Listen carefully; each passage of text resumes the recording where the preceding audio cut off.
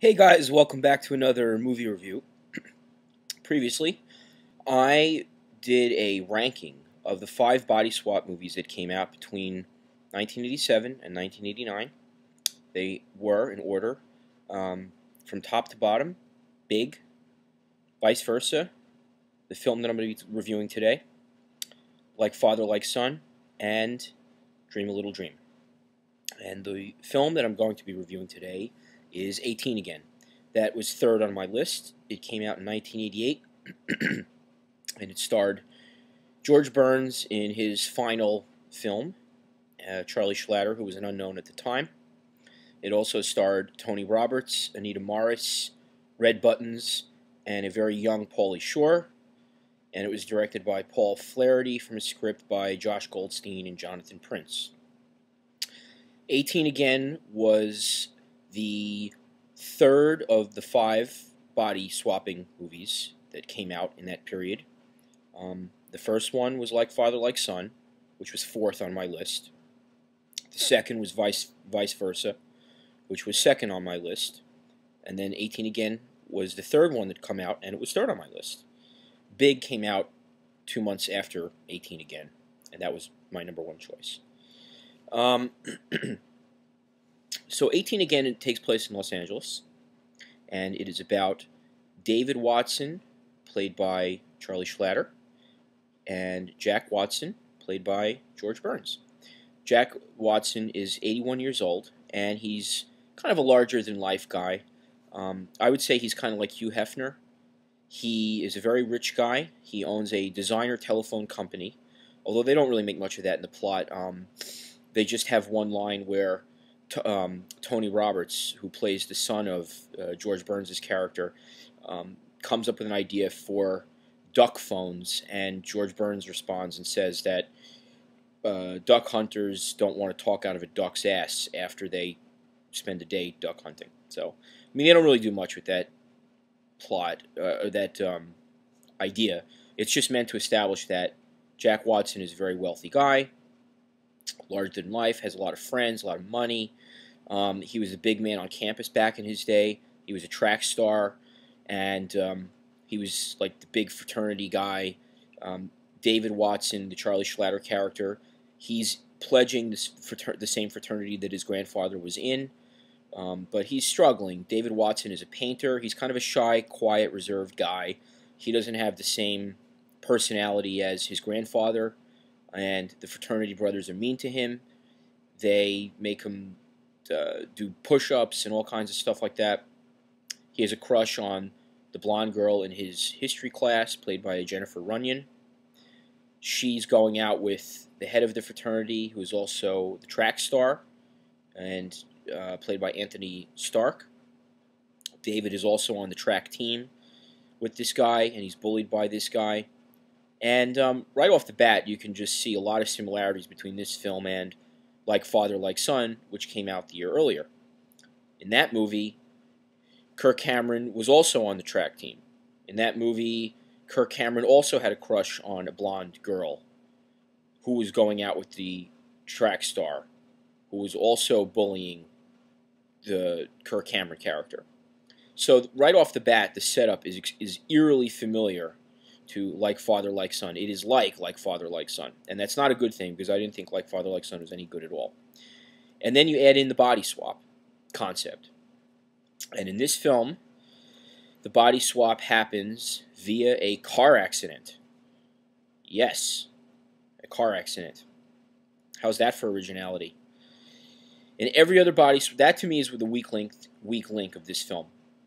In all the other body swapping movies from that 1987 to 1989 period, they all had, if not a plausible plot device for the body swap, at least a plot device that you could buy into for the sake of the movie. Like Father, Like Son, it was a brain transference serum. In Vice Versa, it was a magical skull from Tibet. In Dream a Little Dream, it was a meditation exercise that Jason Robards did with his wife, played by Piper Laurie. In Big, it was the fortune teller machine, the Zoltar machine. And in this film, it's a car accident. It just didn't work very well. It was kind of lame.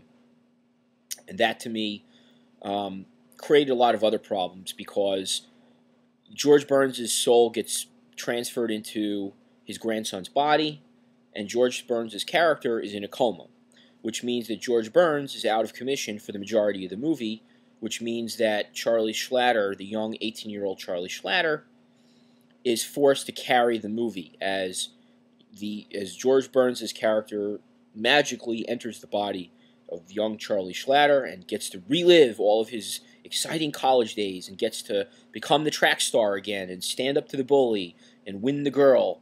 And the whole thing just felt very, very predictable and was almost a paint-by-numbers script. I mean, the kid is a painter in the movie, and you could pretty much paint the script by numbers. You know exactly how it's all going to play out.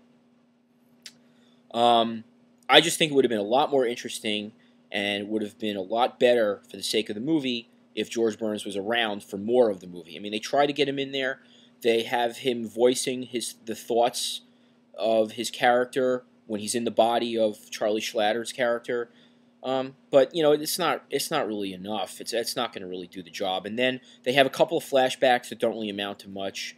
They try to give the kids support by having, you know, old pros on hand like Anita Morris and Red Buttons and Tony Roberts, but they're not given a lot to do, and it still falls on the shoulders of Charlie Schlatter, and he really just he didn't have it. I mean, he was pretty much very young at the time. He's pretty much an unknown, and I just think that he didn't really have the comedic timing or the chops or the delivery or anything to really carry this movie.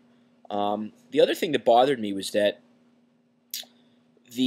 once the accident happens and once George Burns' character is in the body of his grandson, it's almost like he doesn't even really care about the fact that his grandson is basically now in the body of this 81-year-old guy who's in a coma.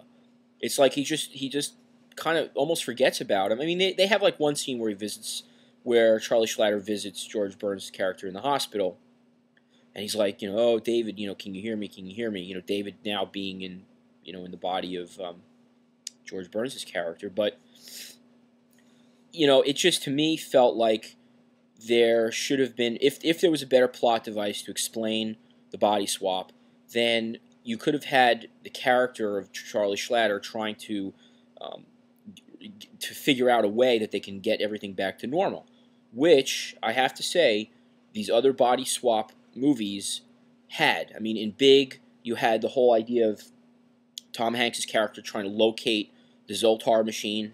In like Father Like Son, they were trying to find out, you know, how they could get, you know, the serum, the brain transference serum back. Vice versa, the same thing with the skull.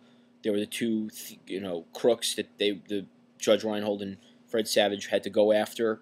But you at least had the characters pursuing a goal of trying to get things back to normal, to get their to swap bodies back so that they each could be in their own proper body again. And in this film, it just they didn't have that. It was in 18 again. It was just George Burns' character reliving his youth and kind of being selfish and neglectful of the fact that his grandson, his grandson was now in a coma. Like it just didn't really, it just wasn't very good.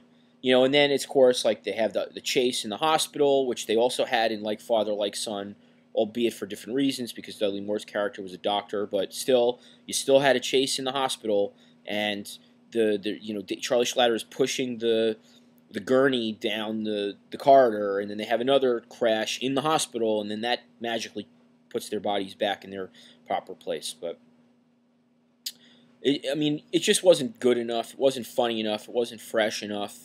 The whole thing just felt too much like Father Like Son, and even a little bit of vice versa.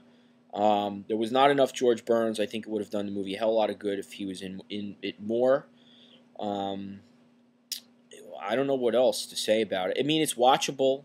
You know, it's a time waster, but it's pretty bland. I mean, it's like eating, you know, it's like eating stale bread, basically. I mean, it really doesn't have much taste.